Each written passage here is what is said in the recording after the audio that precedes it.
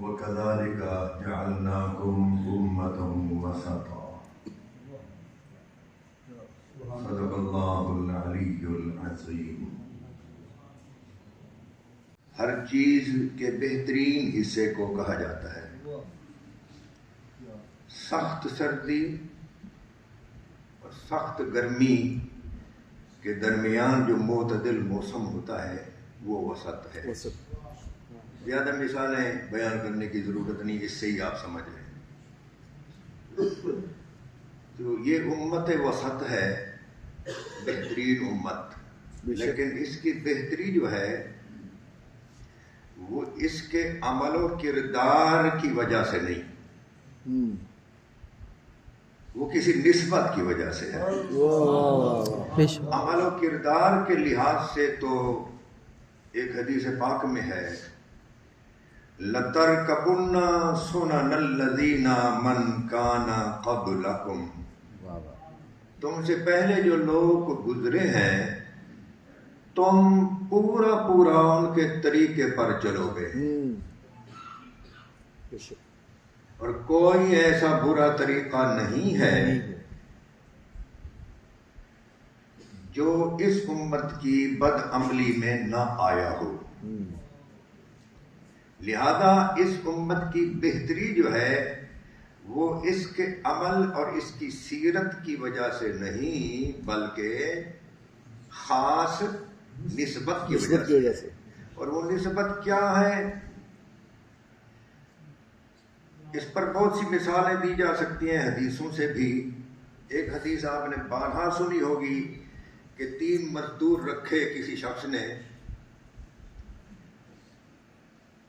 ایک کو کہا فجر سے لے کر ظہر تک کام کرو تمہیں 1 روپیہ ملے گا۔ حدیث پاک میں تو ہے قیراط، قاف موٹا یہ رے الف را آخر میں توئے، قیراط، تجھے 1 روپیہ دیں گے کام کرو گے؟ مزدور نے کہا جی ٹھیک ہے۔ دوسرے کو کہا ظہر سے عصر تک تجھ سے ہم نے کام لینا ہے، کام یہ ہے، یہ کام کرو گے 1 روپیہ ملے گا۔ اس نے کہا جی ٹھیک ہے، دونوں نے کر دیا۔ ظہر سے عصر تک آپ اپنا ٹائم دیکھ لیں کتنے گھنٹے بنتے ہیں، اور فجر سے ظہر اور ظہر سے عصر۔ ایک اور مزدور آیا تیسرا، عصر سے مغرب تک، یار یہ کام ہم نے کرانا ہے، تمہیں 2 روپے ملیں گے۔ اب میں اس پر وقت زیادہ نہیں لینا چاہتا کہ آپ گنو کتنے گھنٹے بنتے ہیں اور پھر کیلکولیٹ کرو کتنا فرق پڑتا ہے، یہ آپ بعد میں کرتے رہنا۔ پہلے دونوں بول پڑے کہ جی یہ کیوں، ایسا کیوں؟ مالک نے کہا کیوں پوچھ رہے ہو؟ جو تمہارے ساتھ طے ہوا تھا تم کو نہیں ملا؟ جی مل گیا، تو پھر پوچھتے کیوں ہو؟ تمہارا پوچھنا بنتا ہی نہیں۔ چلے جی ٹھیک ہے، ہمیں ہمارا حق مل گیا، اتنا تو بتا دیں اس کے اندر کوئی خوبی ہے؟ کیا ہم نے کوئی 8-10 گز صرف دیوار بنائی ہے اور وہ محراب بناتا رہا، اس کے اندر کاریگری زیادہ ہے؟ فرق ہوتا ہے نا مستریوں کا بھی۔ اس کے ہاتھ میں صفائی ہے یا اس کے ہاتھ میں طاقت زیادہ ہے کہ تھوڑے وقت میں زیادہ کام کر لیتا ہے؟ کوئی وجہ تو ہوتی ہے نا۔ اس نے کہا، مالک نے کہا کوئی وجہ نہیں، پھر زیادہ کیوں دیا؟ کہنے لگا ذالک فضلی، یہ میرا فضل ہے۔ آقا نے فرمایا یہ مثال ہے یہود کی، نصارہ کی اور محمدی کی، یعنی گن خوبی، اپنا گن اپنی خوبی کوئی نہیں۔ تو امت وسط بنایا، آخری امت ہے، اس کی عمر بہت کم ہے، اس کے اندر وہ والی توانائی نہیں جو پچھلی امتوں کو ملی تھی، لہذا یہ ان امتوں کا مقابلہ کیسے کرے؟ فرمایا ہم تمہیں 2 صورتوں میں اس امت کا مقابلہ کرنے، ان کی برابری کرنے میں کچھ عطا کرتے ہیں دو صورتوں میں. ایک صورت ہے کہ تمہیں چلتے چلتے زمانے میں کچھ اوقات ایسے دے دیتے ہیں کہ ان اوقات میں تم عبادت کرو تو پچھلی امتوں کے ہزاروں سالوں کے برابر ہو. اور چلتے چلتے زمین پر تمہیں کچھ مقامات بھی ایسے عطا کر دیتے ہیں، یعنی تمہیں زمانی اور مکانی فضیلت دیتے ہیں. زمانی اور مکانی. یہ زمانی اور مکانی فضیلت ہے فقط ہم عام لوگوں کے لیے، خواص کے لیے نہیں ہے. خواص سے میری مراد وہ ہستیاں ہیں جو ازلی منتخب انعام یافتہ ہستیاں ہیں، جن کو امتحان سے پہلے پاس کر دیا جاتا ہے. امتحان ہوتا ہے، امتحان کے بعد سرٹیفکیٹ سند ہوتی ہے اور سند کے بعد منصب عطا کر دیا جاتا ہے. لیکن اصلی منتخب انعام یافتہ جو ہستیاں ہیں ان کا امتحان بعد میں لیا جاتا ہے اور منصب و مرتبہ انہیں پہلے. وَلَقَدْ آتَيْنَا إِبْرَاهِيمَ رُشْدَهُ مِنْ قَبْلُ. ہم نے ابراہیم کو رشد عطا فرمایا پہلے سے. کیوں؟ وَكُنَّا بِهِ عَالِمِينَ. ہم اسے جانتے جو تھے. 5-6 سال کی عمریں ہیں، فرمایا یہ 2 بچے جنتی ہیں. نہیں، یہ 2 بچے اہل جنت کے نوجوانان کے. کیا کیا تھا اس وقت؟ کون سا عمل، کون سا علم، کون سا جہاد، کون سی قربانی، کون سا خرچ؟ کچھ بھی نہیں. تو اصلی منتخب انعام یافتہ ہستیاں جو ہیں وہ زمان اور مکان کی فضیلت کے محتاج نہیں ہیں، بلکہ زمان اور مکان ان کے محتاج ہیں. وہ اگر اپنے قدموں سے اس کی محبت میں والہانہ دوڑ لگائے تو حکم ہوتا ہے ان الصفا والمروہ من شعائر.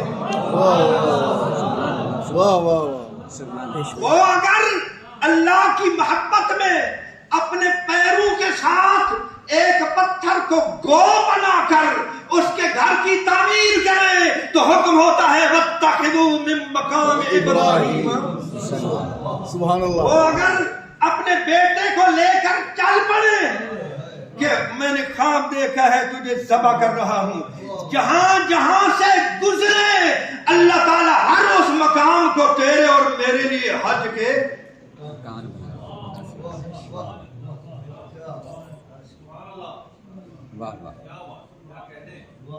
وہ جس شب اور جس دن میں جہاں سے گزرتے گئے فرمایا والفجر ولیال. سمجھ آئی ہے؟ تو وہ نہیں ہے زمان و مکان کے محتاج. آپ سمجھ گئے؟ اصلی منتخب انعام یافتہ ہستیاں جن کو اللہ منتخب کر لے اور خاص کر کے بٹھا لے اور کہے اے مصطفیٰ آپ کے پاس بہت رشتے مانگنے والے آ رہے ہیں، لیکن ہم نے آپ کی اس بچی کا رشتہ جس کے ساتھ کرنا ہے.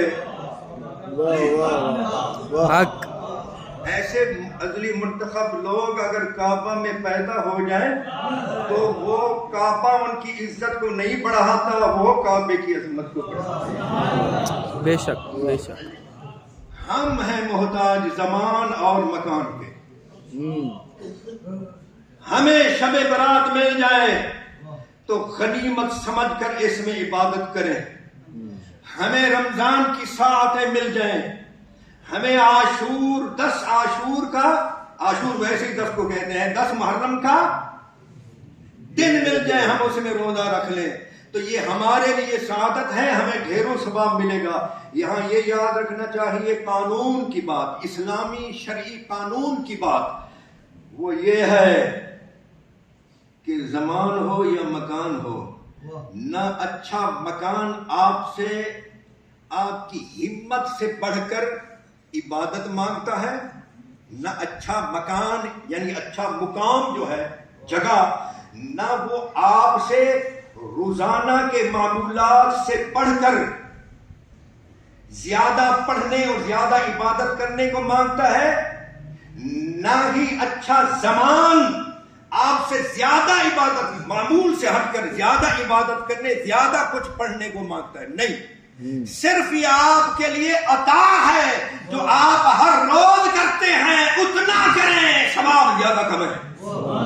اور یہ جو کتابوں میں آیا ہوا ہے کہ اگر کوئی شخص فلاں شب میں یا فلاں دن میں اتنی رکعت پڑھے، فاتحہ کے بعد فلاں سورت اتنی مرتبہ پڑھے، اس حیت سے پڑھے، اس ترکیب سے پڑھے، تو اس کو اتنے سالوں کا ثواب ملے گا. جس نے لکھا ہے، قدیم نے لکھا ہے یا جدید نے لکھا ہے، یہ سب جھوٹ ہے. یہ سب کیا ہے؟ دعویٰ سے کہہ رہا ہوں، بہت بڑی جگہ ہے. لہذا یہ کہنا کہ جب شب برات آئے تو کوئی شخص 100 رکعت پڑھے، پہلی رکعت میں فاتحہ کے بعد 100 مرتبہ سورہ اخلاص، دوسری میں 99 مرتبہ، اس طرح گھٹاتے جاؤ، یا پہلی رکعت میں 1 مرتبہ، دوسری میں 2 مرتبہ، یہ طریقے اور ترکیبیں لوگ بتاتے ہیں.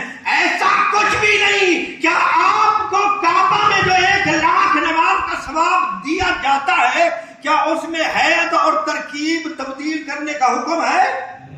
کچھ زیادہ پڑھنے کا حکم ہے؟ نہیں. نہ اچھے مکان پر جا کر آپ کو زیادہ کچھ کرنے کی ضرورت ہے، نہ اچھے زمان کے اندر آپ کو کچھ زیادہ کرنے کی ضرورت ہے. بس یہ ذہن میں لے کر آنا ہے کہ حضور کا صدقہ ملا ہے یہ وقت، حضور کا صدقہ ملا ہے یہ مقام، آئیے اس میں کچھ کر لیں.